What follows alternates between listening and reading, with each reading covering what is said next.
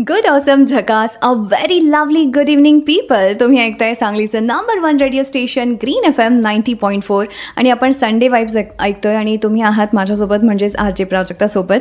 तर नेहमीप्रमाणे आपल्या या खास सेगमेंटमध्ये मी एका एक्सपर्टला, एका सेलिब्रिटीला आणि अशाच एका कला क्षेत्रात काम करणाऱ्या एक्सपर्टला मी घेऊन येत असते. तर आज आपल्या या सेगमेंटमध्ये आज आपल्या ग्रीन स्टुडिओमध्ये कोण असणार आहे तर हे मी तुम्हाला आधीच सांगितलेलं आहे, पण पुन्हा एकदा मी त्यांची ओळख करून देणार आहे. त्याच्या आधी आपण त्यांचं स्वागत करूया. आज आपल्या ग्रीन स्टुडिओला आलेले आहेत व्यंगचित्रकार रोहित कबाडे. रोहित सर, तुमचं आमच्या ग्रीन स्टुडिओला खूप खूप स्वागत. धन्यवाद. मूळचे सांगलीचे असणारे आपले रोहित सर स्वतः एक व्यंगचित्रकार आहेत. त्यांची जी चित्र आहेत तर ती सगळ्या मॅगझिन्समध्ये म्हणजे वेल नोन मॅगझिन्समध्ये मार्मिक असेल, चित्रलेखा असेल तर अशा या मॅगझिन्समध्ये प्रकाशित केली जातात आणि त्याचबरोबर बऱ्याचशा न्यूजपेपरमधून सुद्धा त्यांची ही व्यंगचित्र झळकलेली आहेत. तर लिसनर्स, यांच्याशीच आज आपण छान गप्पा मारणार आहे. सो रोहित सर, पहिल्यांदा सांगा ग्रीन स्टुडिओमध्ये येऊन कसं वाटतंय? धन्यवाद मला इथे इन्व्हाइट केल्याबद्दल ग्रीन स्टुडिओला. आणि आज मी प्रत्यक्षात फर्स्ट टाइम रेडिओला मुलाखत देतोय.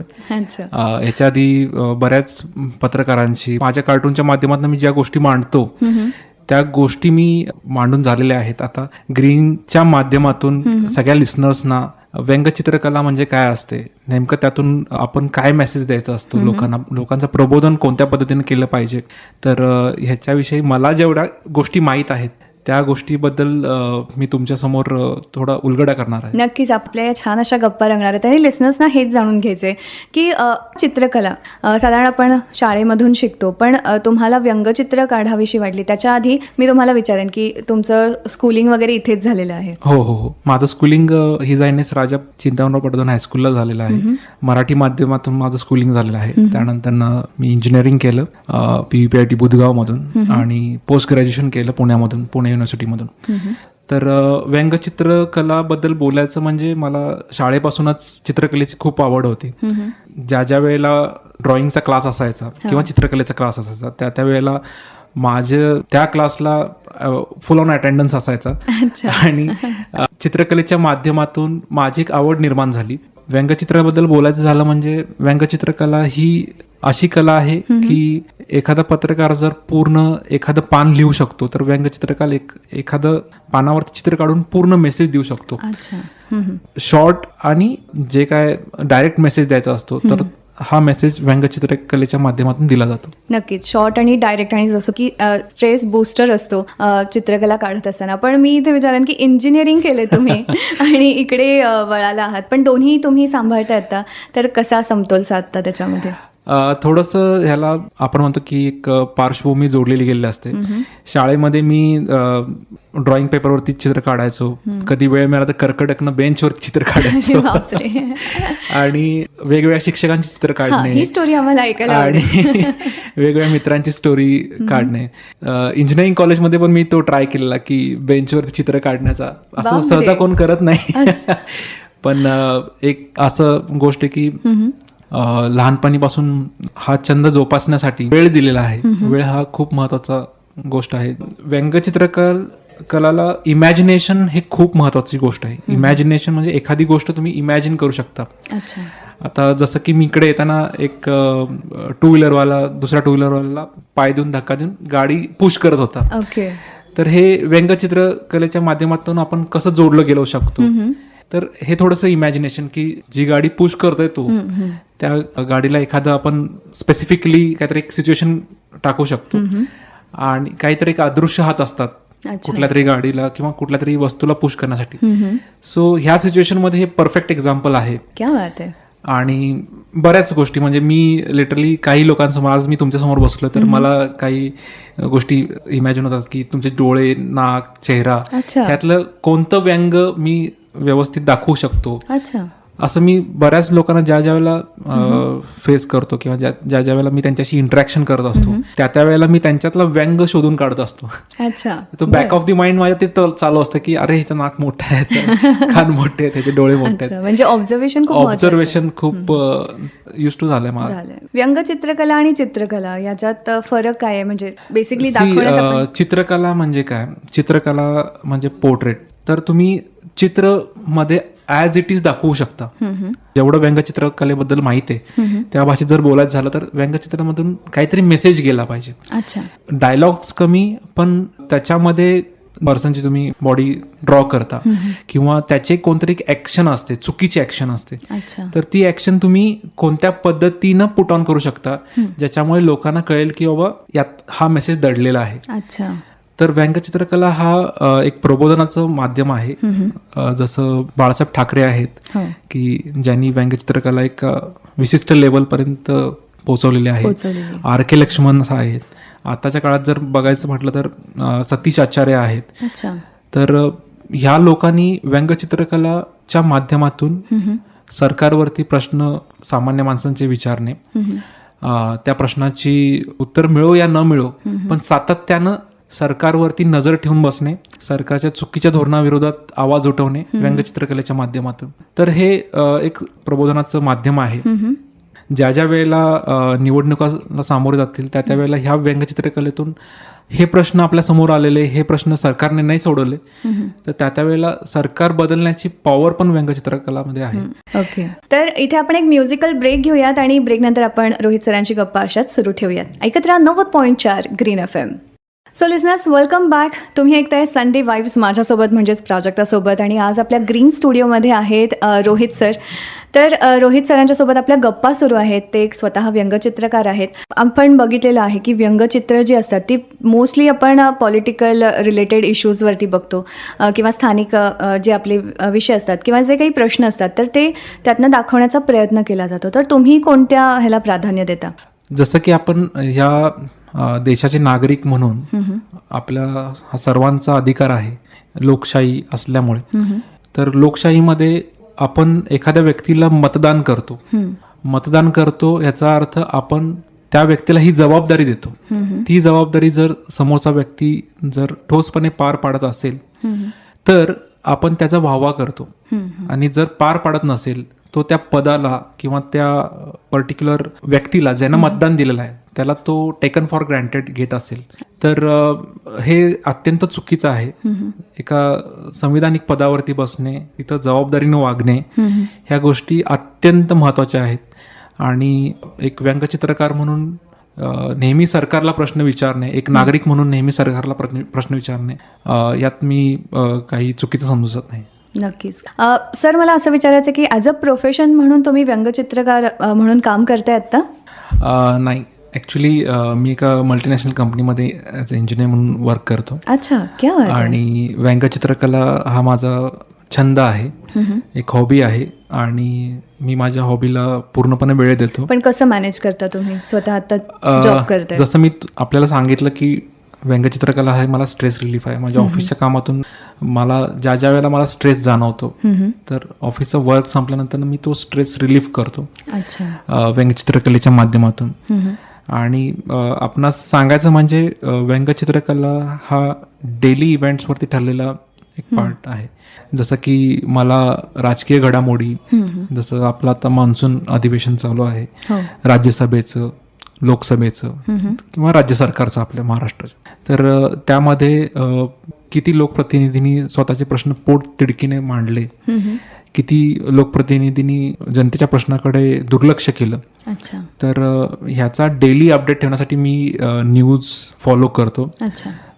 जसं की मी ट्विटरवरच्या न्यूज फॉलो करतो, आणि मी TV वरच्या न्यूज फॉलो करतो, पेपर्स मी रीड करतो. व्यंगचित्र एखाद्या सिच्युएशन जर मला जर ड्रॉ करायचं असेल, त्या ड्रॉ करण्याच्या मागं बरीच मेहनत दडलेली आहे. नक्कीच, त्याला कल्पकता लागते. तुम्ही सगळ्या सोशल मीडियावरती लक्ष ठेवून असता. येस. सो कल्पकता हा एक भाग झाला, पण तुम्ही न्यूजमध्ये अप टू डेट असणे, चालू घडामोडीविषयी तुम्ही त्या घडामोडीवरती डोळे ठेवून असणे, किंवा काही हिडन न्यूज असतात की आपल्यासमोर एखादी न्यूज येते पण त्या न्यूजच्या मागे दुसरी एक न्यूज दडलेली असते. सो अशा घडामोडीवरती बारकाईने लक्ष ठेवून राहणे, आणि मग एंड ऑफ द डेला आपला पर्टिक्युलर त्या इव्हेंटवरचं व्यंगचित्र काढणे. नक्कीच. त्याच्यासाठी वेळ खूप द्यावा लागत असतो, पण तुमचे जे अप टू डेट तुम्ही म्हणता की ज्या त्या प्रश्नांवरती त्या वेळेला ते चित्र येणं खूप महत्त्वाचं आहे. बरोबर. आणि म्हणजे मी असं ऐकलंय पण आणि पाहिलंय पण की तुमचं जे सोशल मीडिया ॲप्स आहेत तर त्याच्यावरती तुम्ही पोस्ट करत असता आणि ते व्यंगचित्र बरोबर. त्या वेळेला पोस्ट होत असतं. बरोबर. तर त्यावेळेला खूप मेहनत घ्यावी लागत असेल. जसं की काही इव्हेंट्स ताजे असतात आणि खूप असं संताप व्यक्त करणारे असतात इव्हेंट्स. सो त्यावेळेला इन्स्टंट व्यंगचित्र काढणे आणि ते पब्लिश करणे हे तितकंच जबाबदारीचं आहे. जसं की व्यंगचित्र ह्या माझ्या वैयक्तिक भावना नसतात, ह्या लोकांच्या भावना असतात आणि ह्या लोकांना पटतात. ज्यांनी विचार केलेला नसतो ते माझे व्यंगचित्र बघून असं म्हणतात, अरे माझी पण भावना हीच आहे. नक्कीच. रोहित सर, मार्मिक आणि चित्रलेखासारख्या मोठ्या मॅगझिन्सला तुम्ही आता व्यंगचित्र काढून नक्कीच त्या प्रश्नांना एक वाव देत आहे. मार्मिक जसं आपण पाहतोय की ठाकरे साहेबांनी हे दैनिक सुरू केलं होतं, तर त्याच्यातला एखादा एक्सपिरियन्स आमच्याशी शेअर करा ना. मार्मिकचे सहसंपादक आहेत मुकेश माचकर सर, तर ह्यांचं नेहमीच प्रोत्साहन लाभलेलं आहे. मुकेश माचकर सरांची आणि माझी तसा डायरेक्ट कॉन्टॅक्ट नव्हता. आपल्या सांगलीचे एक ज्येष्ठ पत्रकार आहेत शिवराज काटकर, तर त्यांनी माझ्या कलेचा आपण काय म्हणतो एक दाद दिली त्या माझ्या कलेला आणि त्यांनी मला जोडून दिलं माचकर सरांशी. ते त्यांनी मला नंबर शेअर केला. मला म्हटलं की तुम्ही सरांशी एकदा बोला आणि तुमचे काय असेल ते व्यंगचित्र तुम्ही नियमित त्यांना पाठवत जावा. तर मार्मिकमध्ये त्यांनाही माझ्या व्यंगचित्राचा पूर्णपणे त्यांनी अभ्यास केला आणि त्यांनाही खूप आवडले चित्र आणि ते नेहमी म्हणजे वीकली मॅगझिन्स पब्लिश करतात आणि वीकली माझे कार्टून्स येतात. अच्छा.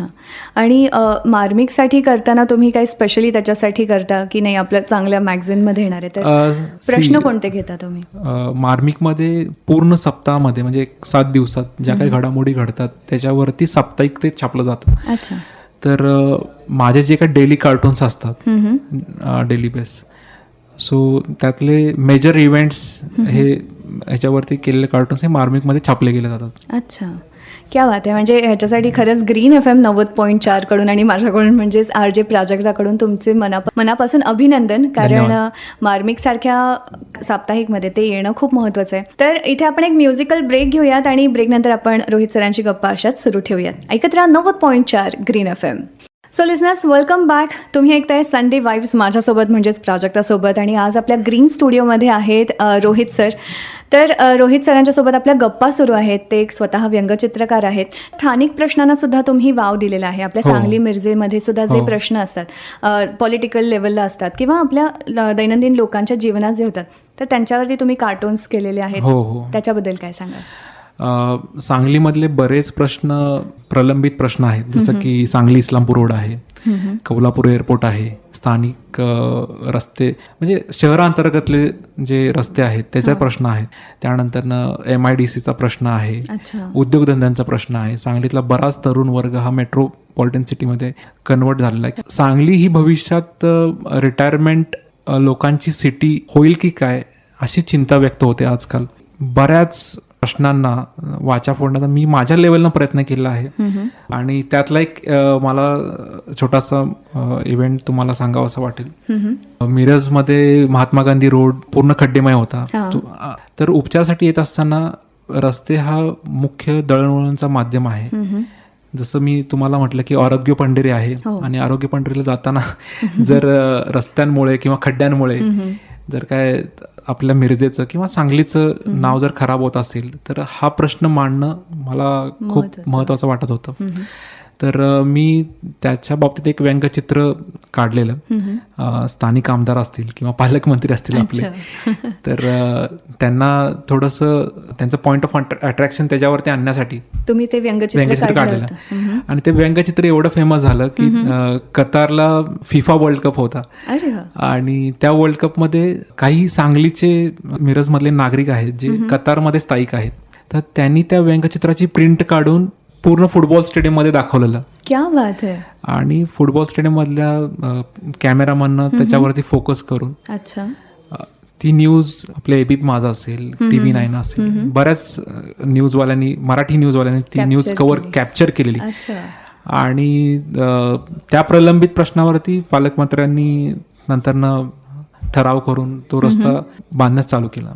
अच्छा, म्हणजे ही तुमची अचिव्हमेंट म्हणायला पाहिजे, कारण तुमच्या एका व्यंगचित्रामुळे लाखो लोकांचे तर प्राण वाचतीलच, आणि तुमच्या एका व्यंगचित्रामुळं हा बदल घडून आला असं म्हणता येईल.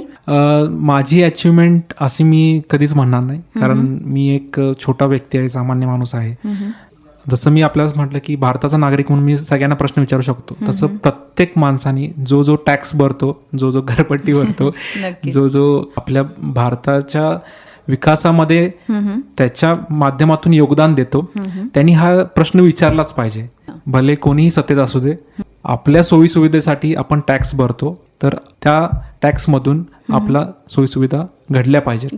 हे माझं प्रामाणिक मत आहे. आणखीन तुम्ही पॉलिटिकल सगळ्या इश्यूजवरती तुमचे व्यंगचित्र तुम्ही काढलेले आहेत, तर ते पब्लिश करताना किंवा पुढे नेताना तुमचा सोर्स काय असतो, आणि आतापर्यंत असे कोणते कोणते व्यंगचित्र तुम्ही म्हणजे लोकांच्या नजरेत आणलेले आहेत? तर आता आपण बघितलं का डिजिटल जमाना आहे, प्रत्येकाच्या हातात मोबाईल आहेत. मोबाईल म्हणजे एक प्रकारचं असं साधन आहे की तुमच्या समोर ज्या गोष्टी घडतात त्या गोष्टी तुम्ही लोकांसमोर आणू शकता. मी जे माध्यम यूज करतो ते व्हॉट्सॲप, इंस्टाग्राम, फेसबुक, जे सोशल प्लॅटफॉर्म्स आहेत, ज्याच्याशी मी वेगवेगळ्या लोकांशी कनेक्टेड आहे. बरीच लोक फॉलो करतात, तर त्यांच्यासमोर मी हे माझे व्यंगचित्र पुट करतो किंवा ठेवतो मी व्यंगचित्र, आणि बऱ्याच लोकांचे त्याच्यावरती प्रतिक्रिया येतात. प्रतिक्रिया काही पॉझिटिव्ह असतात, काही निगेटिव्ह असतात. काही सत्ताधाऱ्यांच्या विरोधात केल्यामुळं काही प्रतिक्रिया असं असतात की तुम्हाला एकच अँगल आहे की तुम्ही सत्ताधाऱ्यांच्या नेहमी विरोधात करतात. तर मला असं वाटतं की सत्ताधाऱ्यांच्या विरोधात करतात दृष्टिकोनातून आपण विचार करू शकतो की जी लोक पॉवरमध्ये असतात, ज्या लोकांच्या हातात चेंज घडवून आणण्याची ताकद असते, त्यांनाच आपण प्रश्न विचारू शकतो. आपण विरोधकांच्या विरोधात कार्टून करून काहीच साध्य करू शकणार नाही. तर तिसरा प्रश्नाकडे मी बोलतो की एक असा इन्सिडेंट की स्थानिक प्रश्न आपला एक कोल्हापूर एअरपोर्टचा होता. तर त्याच्यावरती मी कार्टून केलेलं की एअरपोर्टवरती लोक उभारलेले आहेत, विमानाची वाट बघत उभारलेले आहेत, आणि लिटरली ते डेड झालेले आहेत. डेड म्हणजे नुसतं सापळेच आहेत त्यांची, वाट बघून सापळेच आहेत. काय माहित कधी. पण सांगली हा अशी सिटी आहे, इथं आरोग्य पंढरी आहे, नाट्य पंढरी आहे, राजकारणाची पंढरी आहे. तर सांगली सिटी हे बऱ्याच लोकांना कनेक्टिव्हिटीमुळं लोक अप्रोच होत नाहीत सांगली सिटीला. खंत आहे ही. आणि जिथं आपला जन्म झाला त्या जन्मभूमीशी किंवा आपले एक नातं जोडले गेलं असेल, तर त्याला एक कनेक्ट करण्यासाठी मी काय ना काय प्रयत्न करत असतो. तर आपल्यासोबत आहेत रोहित सर, व्यंगचित्रकार. आणि मला एक ब्रेक घेण्यापूर्वी एक प्रश्न विचारायचा की हे जे व्यंगचित्र आहेत हे कोणत्या नावानं प्रसिद्ध आहेत?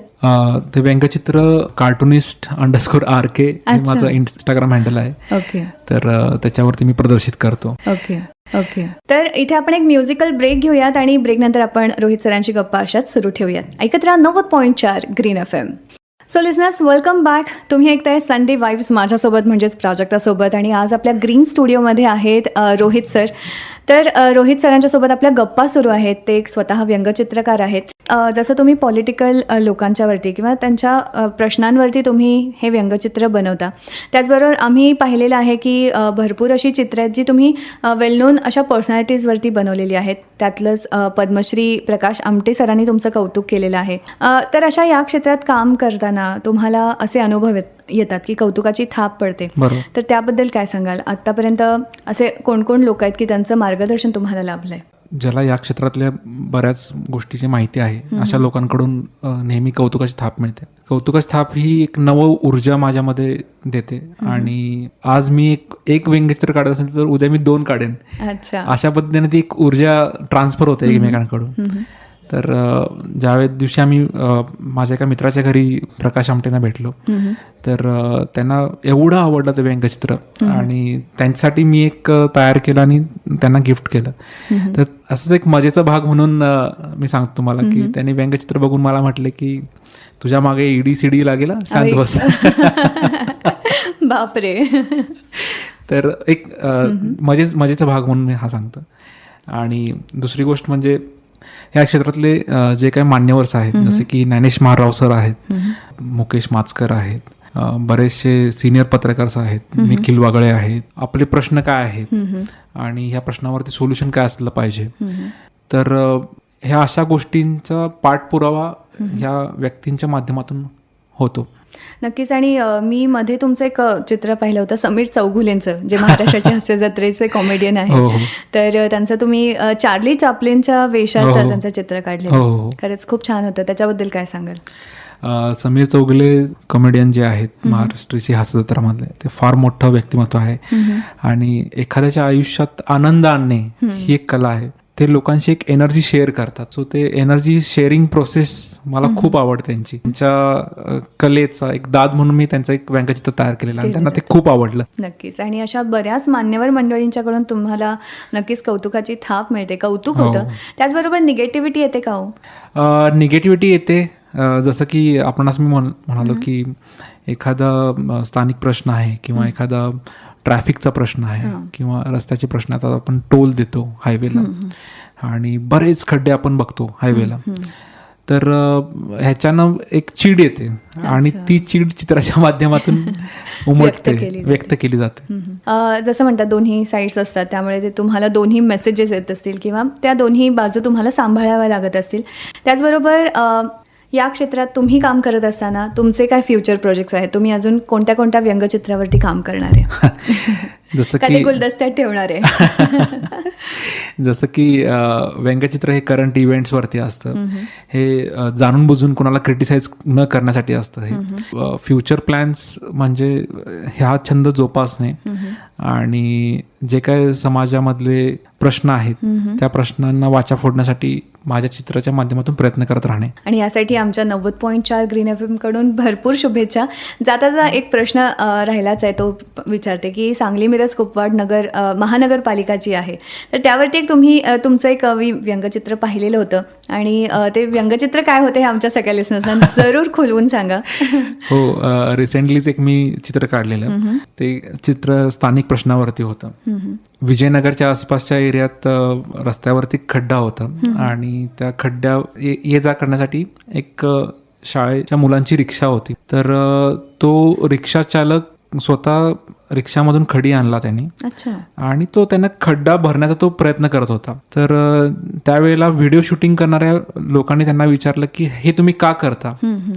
तर त्यांनी म्हटले की मी दररोज शाळेतल्या मुलांना ये जा करण्यासाठी ह्याच रस्त्याचा मी वापर करतो आणि बरेच दिवस झाला हा खड्डा पडलेला आहे, कोणीच भरत नाही आहे. तर त्या रिक्षा चालकाचं एक भारताचा नागरिक एक स्थानिक प्रश्नावरती तो सोल्युशन मिळत नाही म्हणून तो स्वतः रस्त्यावरती उतरतो.